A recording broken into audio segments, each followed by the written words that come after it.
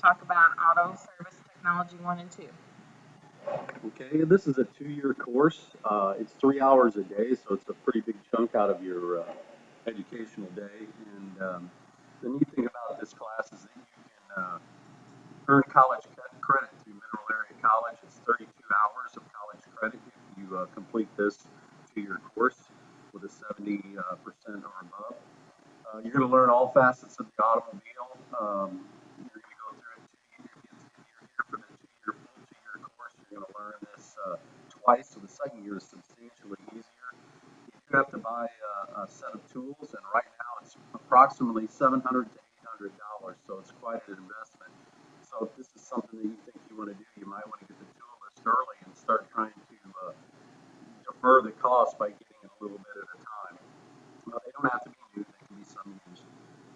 The other thing is I just wanted to make sure that everybody understands that this is a 3-hour block, and that if you do not do well in your core classes upstairs, you will not be allowed to take this course. So when you enter high school as a freshman, or if you're struggling now as a sophomore, you need to pay attention in your core classes because they either will not give you the selective or they will take you out of the selective to make sure that you pass your core classes so that you can graduate. So you have to be serious about your education to take this class. But I'm excited in seeing it filled up again next year as it always is, and I hope this is something that you're interested in. Thank you. Okay, now for another teacher we all know and love at the middle school already, Mr. Thompson for Intro to Industrial Tech. Okay. Hello, everybody. My Intro to Industrial Tech class is a year-long class. It's a great class to take prior to the other industrial tech courses or ag courses. What we cover is drafting, woods, metals, and small gas engines. With drafting, we do single view, multi-view, and 3D, learn about project planning. With woods, we do a lot more project planning. We do multiple projects. You get to use all the power tools and all the hand tools in the classroom. After woods is done, then we move into metals. You do two different types of metals. We start with sheet metal, where you do more project planning and laying out of your project. You get two projects in there, usually a toolbox and a parts bin. Then we move into welding, where you get to learn about stick, MIG, and braze welding. Wrapping up the year, we'll go with small gas engines. You learn about how the engine works. You get to take apart an engine and put it back together to make sure it still works, so you know how to do that. Just like Coach Gibson said, it's very important for you guys to take care of your core classes prior to taking our classes. That's about all I have. Hope to see you all in here. And one other thing, did you talk about how to go over safety pretty much the first quarter? Yeah, safety is very, very key. We have a lot of testing here. We have a lot of safety. We're going to be very, very safe in here. You have to pass all the safety tests with an 80% or better. Don't let that freak you out because I'll work with you to get you passing with an 80% or better. Okay, and it's just a good class if you're going to take any other classes before that. Yes. All right, now, Mr. Eubanks, would you talk about experience in graphics classes? Hey everybody. Doing let's see, engineering graphics. We'll talk about that one first.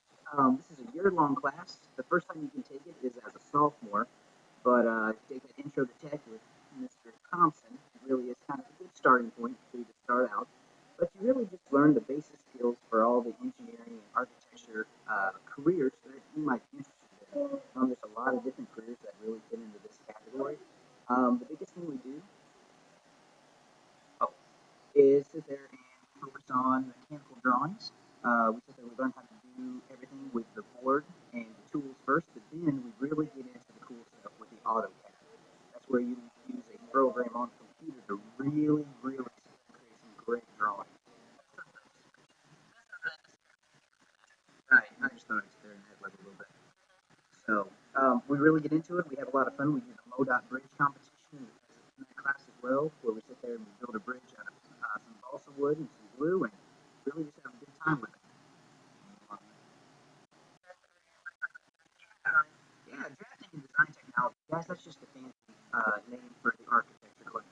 We focus a lot on just residential architecture. We focus on talking about how to actually design a house as time goes along. We talk about the different areas. We talk about the different types of doors and windows.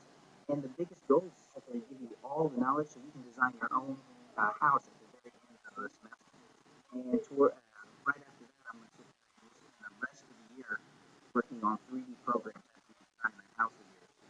We'll sit there and we'll talk about electrical plans, floor plans, elevations, all those architectural drawings that are just really neat and fun to do.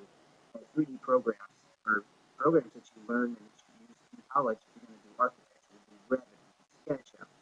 And if you're not really, architecture's not really your thing by the end of the year, you really like the engineering stuff, you know, you want to design stuff, you want to work for NASA, you want to sit there and work around planes and mechanical parts, I can sit there and teach you a 3D program that has to do that instead, just so you get a chance to really do what you really enjoy doing. You want to talk about your independent study?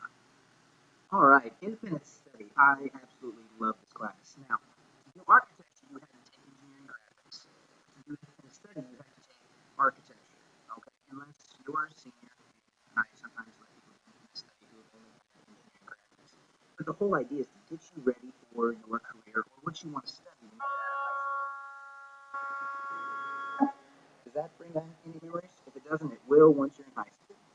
But what you'll do is you'll choose 4 projects throughout the whole semester, and you'll spend your time in that class really working on really what you want to do. I've had people who design houses.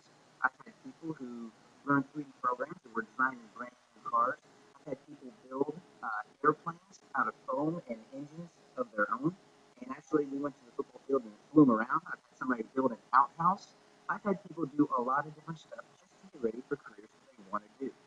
We've done just a bunch of different projects, and it's just a lot of fun. You'll do the MoDOT bridge competition in that class as well. We do it in architecture as well. And I guess I should probably mention this. The architecture class is 2 class periods, first and second hour every day. I don't know about you guys, but I'm not really super alert in the morning sometimes. Lucky I have a long drive, but you guys don't. That's a really easy way to start the class or start the school day is to sit there, come in there, and just have some fun. And infant study can be 1 or 2 hours. It's really up to you. In fact, I had somebody who took it for 3 hours in the year because they had an opening. And I'm okay with that as long as you're serious and you get to work. And really, you can sit there and finish those projects and really have a good time. Can you talk about Power mechanics. I heard Mr. Thompson talking about his intro to tech, and he says that he's working on for a quarter of his class, he works on small gas engines, and that's what power mechanics technology is. I just take it to just a little higher level for the small gas engines. We'll sit there and we'll focus on the knowledge you need to know to sit there and work on. You need to know the parts. You need to know how everything works. You need to know how the gasoline works inside. You need to know the tools. I mean, we just make sure we cover safety as well.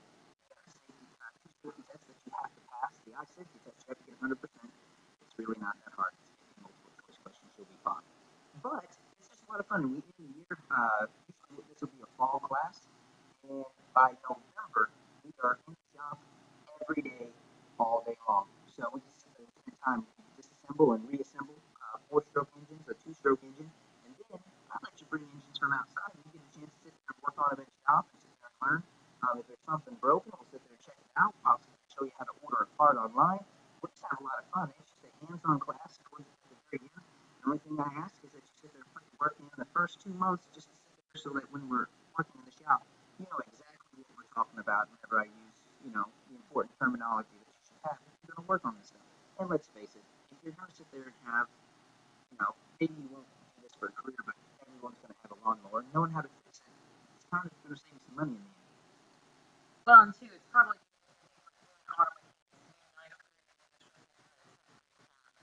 Exactly.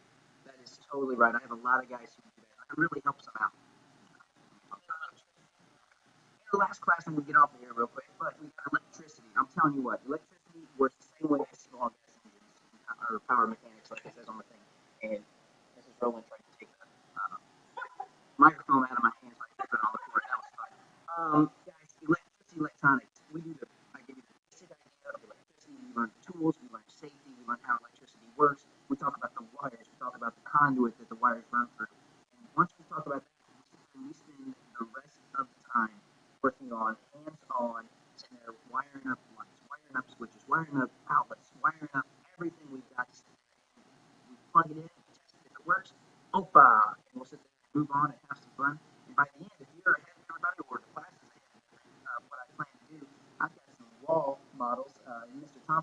pull them out and we wire it. It's like it's a building, you're sitting there building a house. So putting some switches up. So guys, it's a lot of fun, hands-on. That power mechanics class, the electricity classes, those are the end of the day. That's a really nice way to end the day, I'm telling you what. So listen, I think I'm going to get off so Mr. White can talk. Okay, and I think electricity also fits in construction. Oh, Learning totally, that definitely. if you think about construction trades. Okay, here's Mr. White talking about woodworking. Okay, woodworking high school class. You have to have intro to tech either with myself or Mr. Thompson before you get into woodworking. There's prerequisites required. Once you get into woodworking, we understand that you have the basic skills that you gain in industrial tech, and we kind of feed off of those. We have a little more tools that are involved. You get to use every power tool in the wood shop. We teach you how to use those power tools. You have to take safety tests and pass them. Be successful shows you how to use them. Once you do, it's kind of an open-ended project deal. You get to make at least minimum 2 projects.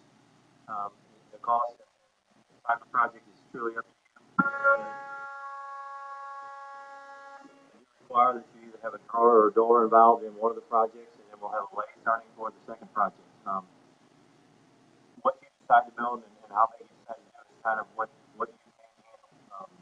The woodworking class, we believe, will give you lifelong skills and teaches you not only to use the tools safely, but to learn how to use the different tools to manipulate them to get different outcomes. You're going to have some of these tools at home, some of these tools you might have on your job, and hopefully you can take these experiences with you.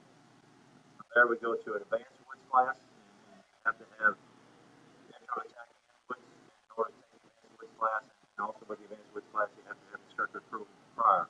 So it kind of depends on if you're prepared for the advanced woods class. The advanced woods class is also a year-long class, and it's a number level class, and it's treated that way. So your project is expected to be of that variety. You need to be at least a couple doors and drawers. You're talking very large projects there. Probably I've had kids in the past build had a kid build a baby crib last year. Had kids build cedar chests, oak chests, things like that. I'm talking about big pieces of furniture. So when you get into advanced woods, you're probably junior, senior, really interested in it. Like a lot of our kids that work with work cabinets, places like that, the things that we learn in class and actually take them to their jobs.